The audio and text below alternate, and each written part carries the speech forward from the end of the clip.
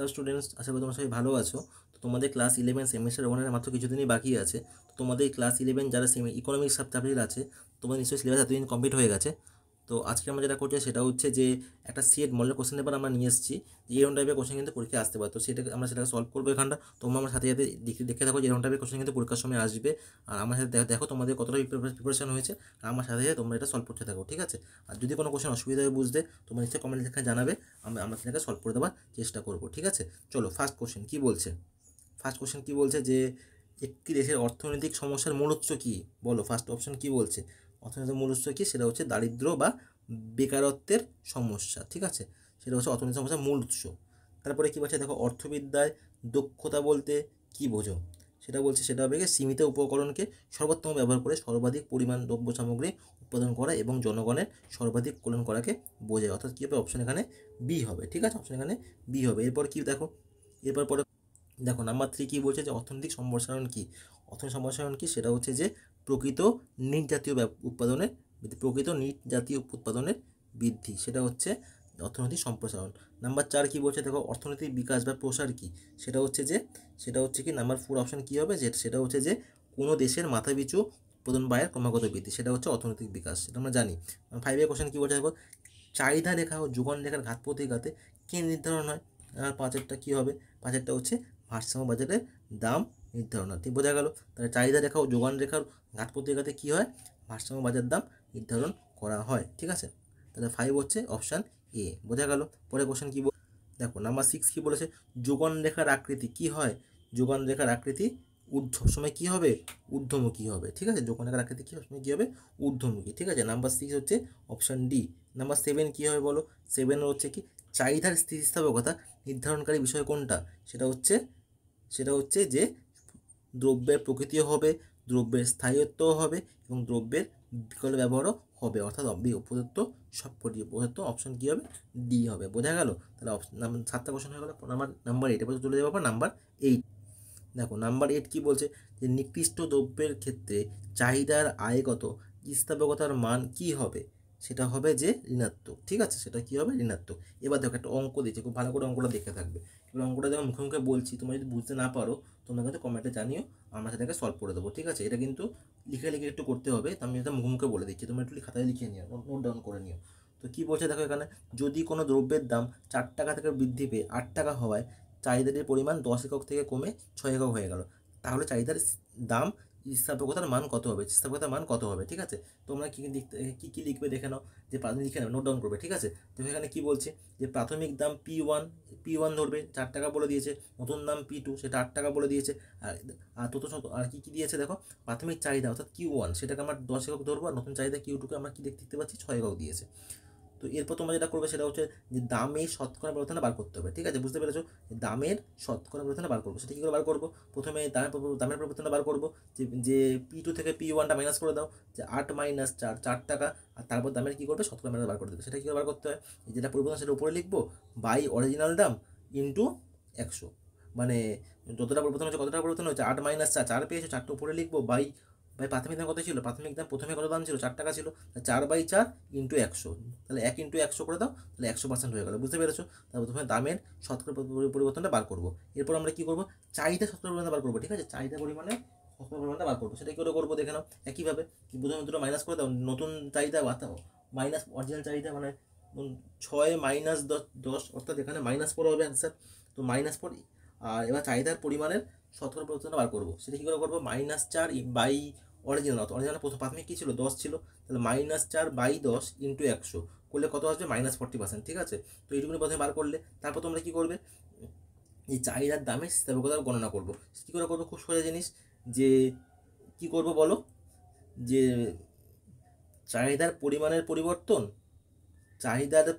শতকরা পরিবর্তন বাই চাহিদার দামের শতকরা পরিবর্তন, বুঝতে পেরেছো? চাহিদার পরিমাণের শতকরা পরিবর্তন বাই চাহিদার দামের শতকরার পরিবর্তন। তাহলে প্রথমে বলো, চাহিদার দামের শতকরা পরিবর্তন কত এসেছিল, -40 আসলো না, তাহলে -40% উপরে লিখবো, বাই দামের পরিবর্তন, ওটা 100% ছিল, প্রথমে আমরা 100% বার করলাম না, 4/4 ইন্টু 100 করে, তাহলে ওটা 100% নিচে লিখে দেবো, তাহলে -40% বাই 100% কাটাকুটি করলে কত আসবে, -0.4, বোঝা গেল? এবার -0.4 এটাকে পরমান গ্রহণ করবো, যে চাহিদার দাম সবসময় কী হয়, পরমান মানে হচ্ছে পজিটিভে হবে, তাহলে কি মডের মধ্যে লিখে দেবো, তাহলে -0.4টাকে আমরা কী করবো +0.4 লিখে দেবো। বুঝতে পেরেছো? তো অ্যান্সার কী হবে, এটা +0.4। ঠিক আছে, +0.4 এরকমভাবে কিন্তু অঙ্কটা কিন্তু করতে হবে।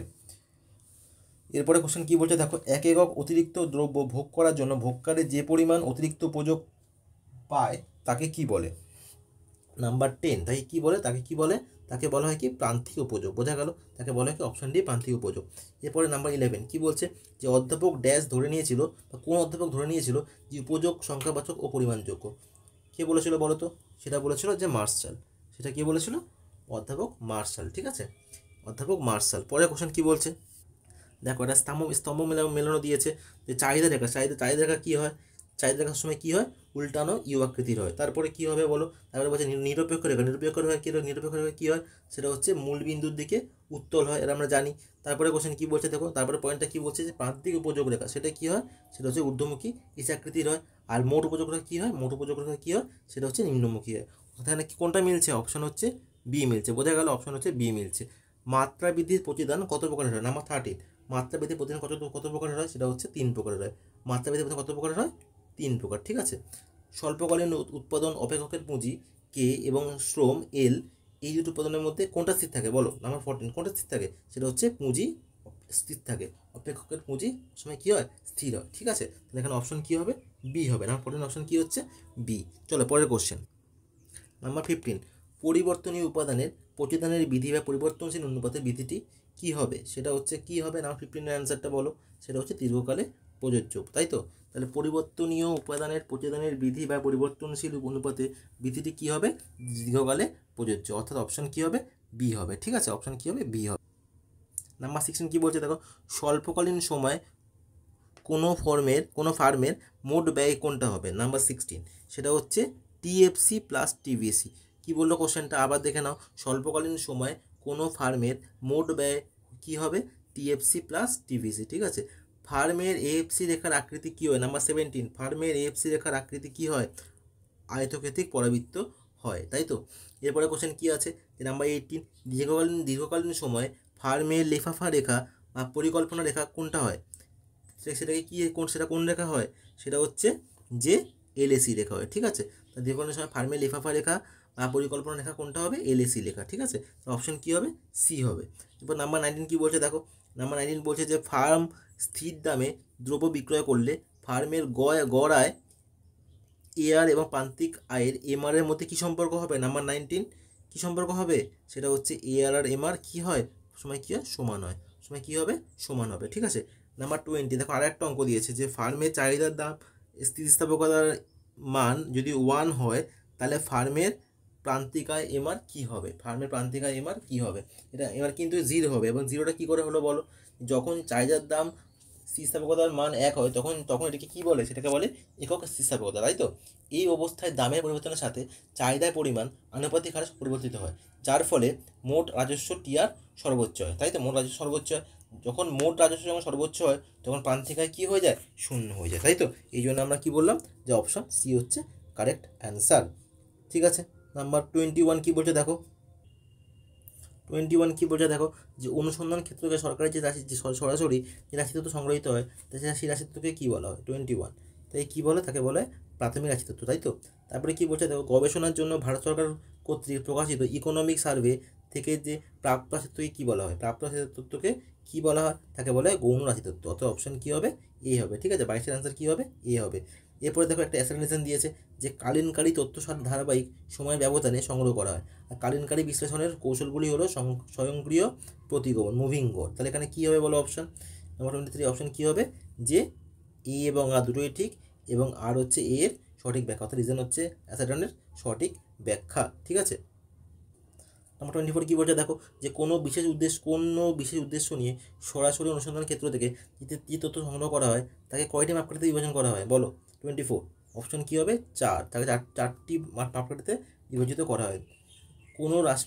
কোন সারির ক্ষেত্রে দুটি স্কোরের মধ্যে ক্ষেত্রকে ক্ষুদ্রতর অংশে ভাগ করা যায় বলো? 25, এটা হচ্ছে অপশন কী হবে? অবিচ্ছিন্ন, তাই তো? এটা কী হবে? অবিচ্ছিন্ন। বোঝা গেল? এটা কী হবে? অবিচ্ছিন্ন। চলো পরের কোশ্চেন। দেখো পরে কোশ্চেন কী বলছে, 13, 14, 14, 15, 15, 15 রাশিগুলো কী অবস্থায় আছে, এটা সাজিয়ে অবস্থা, এটা কী হবে, উত্তর হবে বিন্যস্ত। ঠিক আছে, রাশি তত্ত্ব উপস্থাপনের জন্য যে ছক বা সারণী প্রস্তুত করা হয়, সেখানে রাশি তত্ত্বের উৎসের উল্লেখ কী থাকে, সেটা উল্লেখ হবে কি ছকের নিচে থাকে। কোন দিকে থাকে, ছকের নিচে থাকে।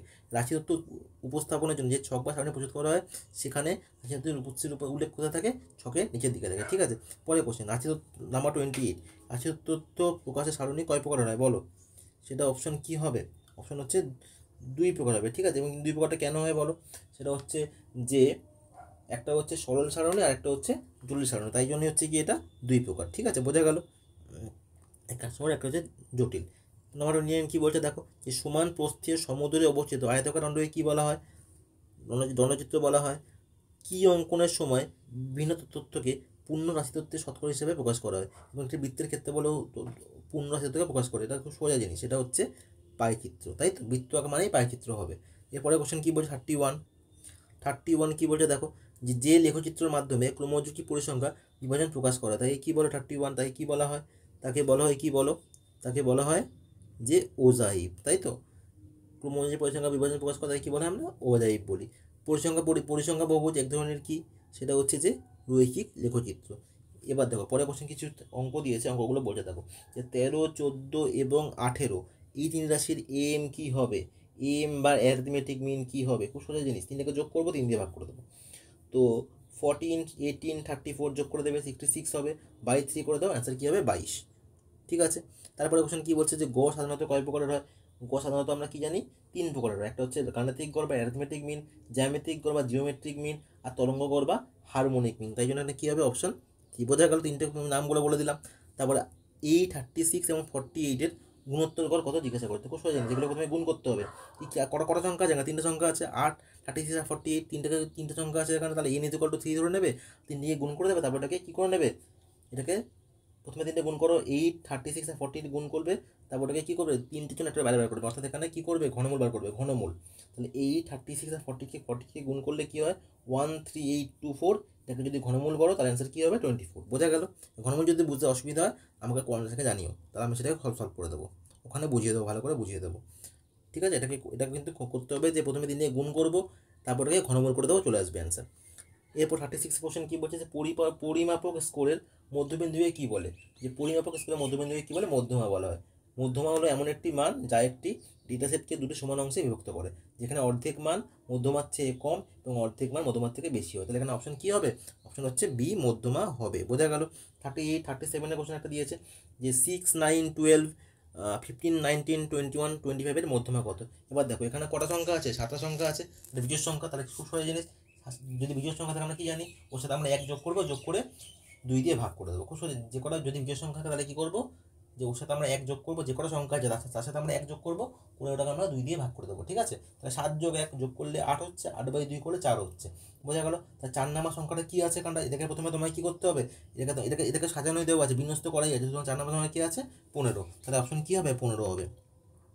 বোঝাতে পারলাম, বুঝতে পারলে। এবার কোশ্চেন কী আছে 38 একটা অঙ্ক দিয়েছে, যে 5, 1, 3, 6, 7, 9, 8, 4-এর মধ্যমা কত। দেখো এখানে কি করবো, আমরা এখানে সকলে যোগ করব, তাই তো।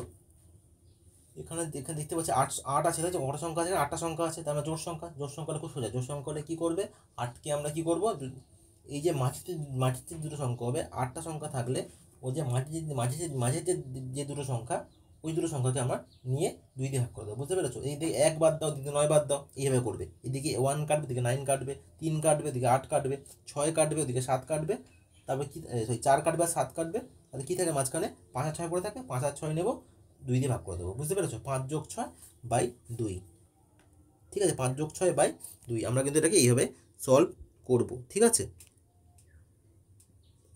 চলো পরে কোশ্চেন কী বলছে, যে কোনো রাশিমালার মধ্যে যে রাশিটি বেশিবার থাকে তাকে কী বলে, বেশিবার দেখা থাকে তাকে কী বলে, তাকে আমরা কী বলি, মড বলি। তাকে আমরা কী বলি, তাকে আমরা বলি মড। ঠিক আছে, যে রাশিটি বেশিবার থাকে তাকে কী বলা হয়, মড বলা হয়।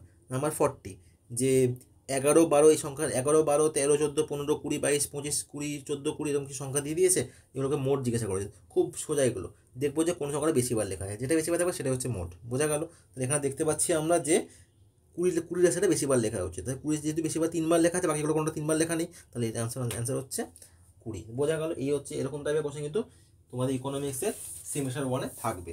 তো তোমরা নিশ্চয়ই বুঝতে পেরেছো যে এরকম টাইপের কোশ্চেন আসবে। তোমরা নিশ্চয়ই প্র্যাকটিস করছো বাড়িতে, এবং প্র্যাকটিস করো এরকম মডেল কোশ্চেন পেপার, আমার সাথে সাথে এগুলো তোমরা সলভ করতে থাকো। আমরা আরও কোশ্চেন পেপার নিয়ে আসবো। তো যত তোমরা এই কোশ্চেন সলভ করবে তত তোমাদের মধ্যে আরও কনফিডেন্সগুলো বাড়বে এবং এই টাইপের পরীক্ষা দেওয়ার বুঝতে পারবে। ঠিক আছে, চলো আজকের মধ্যে এতটাই। দেখা হচ্ছে পরের কোনো কোশ্চেন পেপারে বা পরের কোনো টপিক নিয়ে। Tata, bye bye.